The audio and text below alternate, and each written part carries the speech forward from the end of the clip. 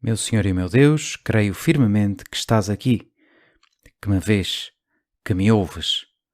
Adoro-te com profunda reverência. Peço perdão dos meus pecados e graça para fazer com fruto este tempo de oração. Minha Mãe Imaculada, São José, meu Pai e Senhor, anjo da minha guarda, intercedei por mim. Numa ocasião assisti a um diálogo entre dois amigos, em que um deles contava ao outro que estava a pensar se deveria ir ou não a um retiro espiritual. Era um fim de semana em silêncio, coisa que o assustava um bocadinho, porque nunca tinha feito um retiro assim deste estilo, e quis saber a opinião daquele seu amigo, que argumentos é que ele lhe dava para ir ou não. Eu estava a passar perto deles precisamente nesse momento e tinha uma certa curiosidade para saber o que é que o amigo lhe ia dizer. Pensei que talvez fosse usar algum argumento mais espiritual, mas o amigo respondeu-lhe com uma pergunta e disse: "Olha lá, e onde é que esse retiro vai ser?" Ele já lhe disse o sítio onde ia ser o retiro, e ao saber a resposta, o amigo disse-lhe imediatamente: "Ah, então tens de ir, tem umas empadas espetaculares." Achei graça à resposta, que aliás demonstra que de facto o ser humano é matéria e espírito, é corpo e alma. E já se vê que lá por retiro ser espiritual também teria de ter qualquer coisinha de material. Bem, pensava nisto quando li o Evangelho de hoje e pareceu-me reconhecer uma coisa semelhante que aconteceu com Jesus. Em concreto foi depois do milagre da multiplicação dos pães e dos peixes, já depois dos discípulos terem-no visto caminhar sobre as águas, toda aquela multidão que tinha sido alimentada por Jesus foi à procura dele.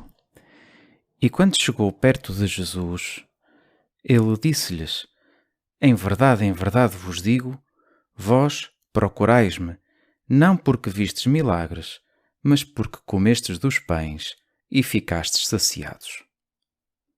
Já se vê que aqui não eram empadas espetaculares, mas sim pães espetaculares que deixaram saudades naquelas pessoas.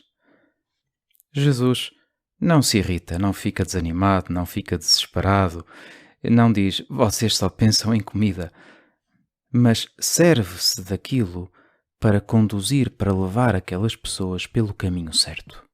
E diz-lhes: trabalhai não tanto pela comida que se perde, mas pelo alimento que dura até à vida eterna e que o Filho do Homem vos dará.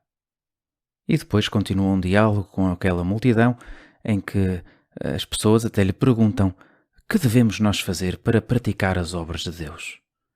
Ou seja, no fundo de tudo isto vemos que talvez aquelas pessoas não tivessem ido procurar Jesus pelo motivo certo. Não acreditavam com uma enorme fé de que era o Filho de Deus. Muitos foram atrás dele só porque fez aquele milagre da multiplicação dos pães que os deixaram bem saciados, mas o Senhor de tudo se serve para começar este diálogo com cada um. E nesse diálogo faz despertar nos outros aquelas perguntas que são mais importantes e dá-lhes resposta. É isto que acontece também tantas vezes, Jesus, na nossa oração. E também se pode dizer que é isto que acontece ao longo da nossa vida. Tu, Jesus, sempre tiveste esta capacidade de atrair as pessoas. Algumas delas foste tu que escolheste especialmente, que chamaste pelo seu nome. Outras foram-te seguindo à medida que foram testemunhas dos teus ensinamentos, dos teus milagres. E a todos te foste dando a conhecer, pouco a pouco. De todos nós, esperas que sejamos capazes de ouvir a tua voz, de perceber o que nos pedes. A todos nós nos chamas, nos dás uma vocação. Temos todos essa vocação de batizados, de sermos realmente filhos de Deus, filhos no Filho. Desde o dia do nosso batismo, somos templos do Espírito Santo. E é o Espírito Santo que nos ajuda a identificarmos-nos, a sermos mais parecidos com Jesus, com Cristo, de um determinado modo. É a nossa vocação específica que cada um de nós tem e que temos de descobrir. Esta semana que estamos a viver é a semana de oração pelas vocações. Toda a Igreja reza em comum por esta intenção, para que saibamos descobrir qual é a vocação a que Deus nos chama. E nesta oração, Jesus, queremos pedir-te que nos ajudes a dar-nos conta disto. Uma vocação é ser chamado por alguém, pelo nosso Pai Deus, que nos conhece melhor do que ninguém, que sabe como haveremos de ser felizes, precisamente através do cumprimento desse chamamento, dessa vocação.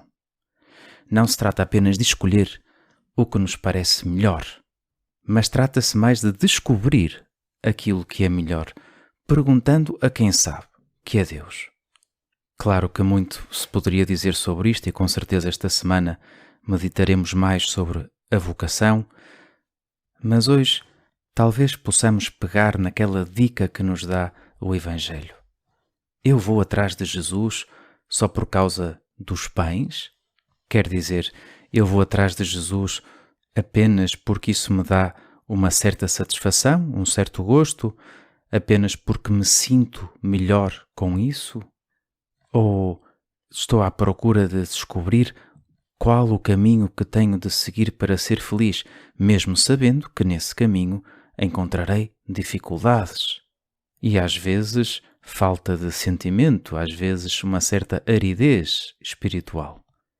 Hoje em dia damos todos muita importância ao gozo, ao prazer imediato. Faz parte da nossa cultura, deste acesso tão rápido que temos a todo tipo de coisas, na internet, por exemplo. Estamos tão habituados a clicar naqueles vídeos que mais nos agradam, a ver aquela notícia que mais nos atrai e a pôr de lado tudo o resto, que às vezes até nos iludimos e pensamos que daí pode vir uma verdadeira e permanente felicidade.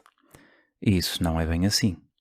Podemos cair na tentação de ir à procura de grandes milagres, de revelações de Deus e esquecermos de que Deus se revela de uma forma escondida, mas verdadeira, na Eucaristia, por exemplo.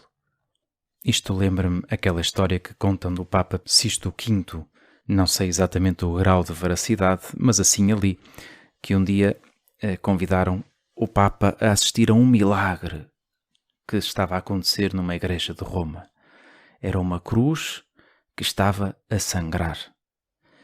E o Papa Sisto V lá foi a esse local, a essa igreja, e mal entrou deu-se conta que aquilo havia ali qualquer coisa que não batia certo e pediu que lhe trouxessem um machado. E então, diante daquela cruz, com muita reverência, disse, dirigindo-se à cruz: "Como Cristo te adoro, mas como lenha te corto." E, efetivamente, deu uma machadada que abriu aquela cruz e descobriu-se que lá dentro tinham posto umas esponjas que eram responsáveis por dar a sensação de que estava a sair sangue daquela cruz.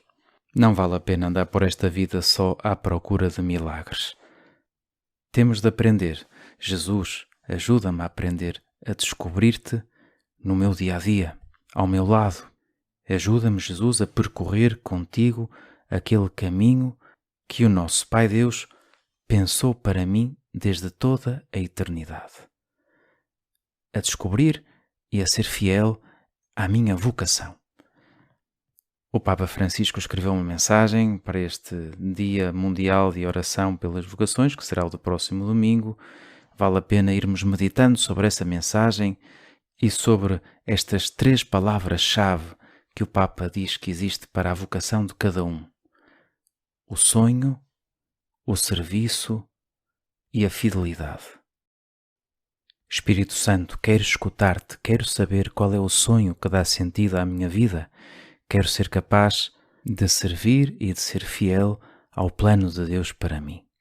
Vamos acabar estes minutos com Jesus, rezando a oração que o Papa nos sugere para o Dia Mundial das Vocações.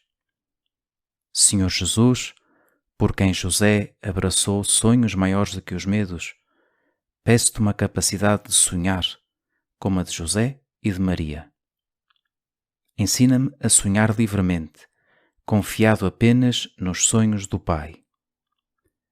vence em mim as inseguranças e bloqueios que me impeçam de abraçar os sonhos que nascem do coração de Deus.